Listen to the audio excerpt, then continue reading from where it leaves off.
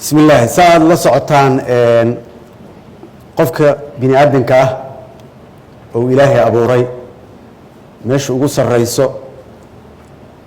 مع مشاء ومسكحة صومها بني آدم وانتليجنسية دل كان مسكحة ديسة وهي أدان نبض سجود قرنك وحدو باتان ومش وقص الرئيس قفك بني آدم كمسكحة وشيغيسو دهيسو halkan waa bohol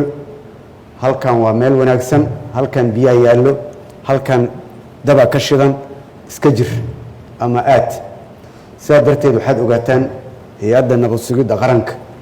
saan aniga aaminsanahay sida caalamku aaminsan yahay waa hay'adda kaliya ee dalka ka badbaadiso wixii caqabad ah wixii dhib ah ee dalkan iyo dadkiisa ku soo socdo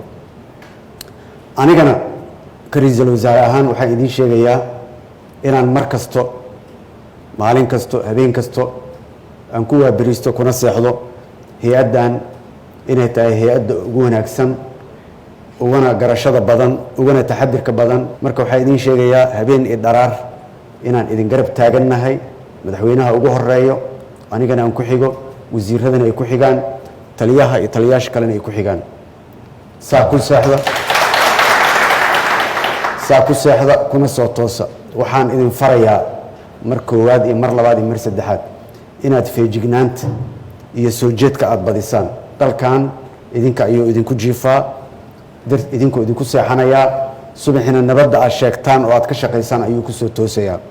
waxaan rabaa halkan inaan ka xuso walaalaheen saraakiishii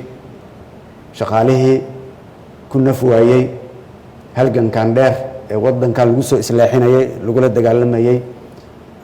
argagixisada ay ugu horeyso al-shabaab iyo kuwa kale nabadda diidanba inuu ilaahay naxariistii janno siiyo annagana aan u duceyno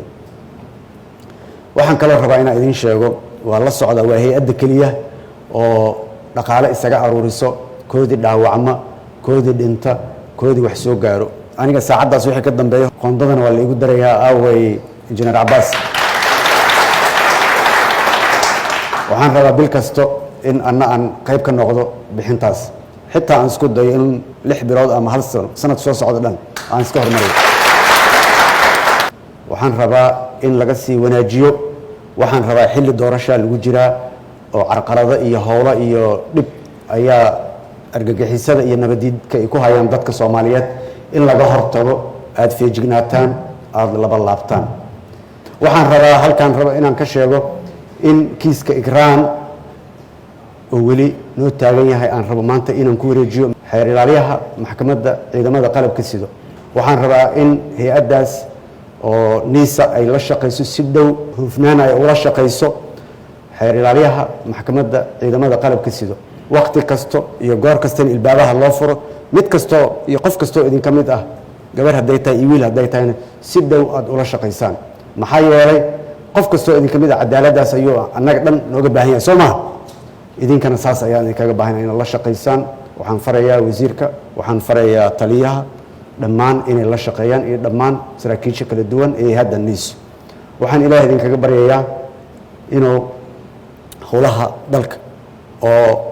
lagala kulmayo geeri lagala kulmayo dhaawac lagala kulmayo dhibaatooyin kala duwan inuu ilaahay noo fududeeyo ilaahay nagu garab istaago sidaan gacan bir ugu qaban lahayn cadowga nabadiidka ah ee ugu horeeyay al-shabaab